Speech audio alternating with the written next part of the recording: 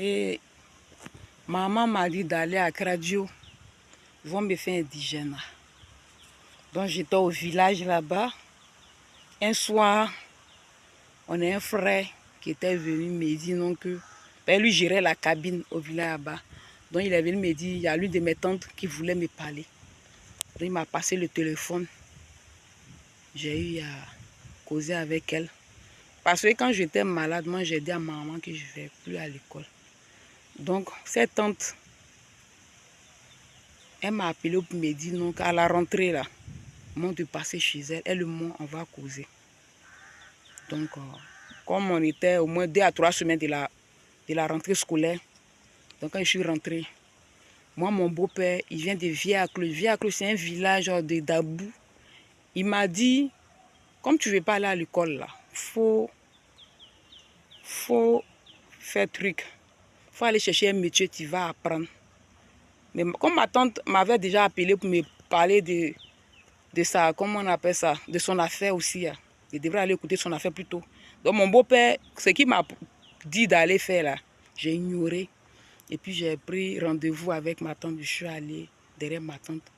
Quand je suis arrivée chez ma tante, ma tante était malade. Elle s'appelle Tante Blandine, on appelle Tante Dine, qui est Madame Bédilong Mathieu. Quand moi je suis arrivée chez elle, ma tante était malade. Quand je suis arrivée, elle avait la tête abaissée. Et elle me disait que elle est malade. Mais ses enfants sont petits.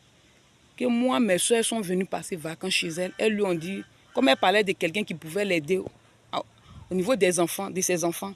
Donc mes soeurs lui ont dit que moi j'ai dit je ne vais pas à l'école. C'est pour cela qu'elle m'a appelé. Comme moi j'ai dit je ne vais pas aller à l'école, moi de venir l'aider à élever ses enfants. Plus tard, ce que moi je veux là. Et ils vont faire pour moi. Chose bizarre, quand elle parlait, elle avait la tête abaissée. Mais en 2002, j'ai été en vacances chez elle. Parole qui est sortie dans la bouche de ma tante et son monde Blandine. Là. Il ne savait pas qu'elle pouvait avoir besoin de l'homme. Et moi, il a dit dans mon cœur là-bas que moi, il ne vais jamais m'approcher d'elle. Peut-être c'est elle qui va avoir, sinon ce n'est pas moi. Et comme dans la vie, quelles que soient nos situations, on a toujours besoin d'un parent. Et elle était dans le besoin aussi. Quand elle m'a dit ça, j'avais la tête abaissée, j'ai réfléchi. Et puis j'ai dit dans mon cœur que c'est à cause de Dieu et puis les enfants. Donc je suis allée dans le foyer de ma maman. J'ai expliqué ça à ma maman. Elle m'a dit, comme toi-même tu as dit tu ne veux pas aller à l'école, il faut aller l'aider.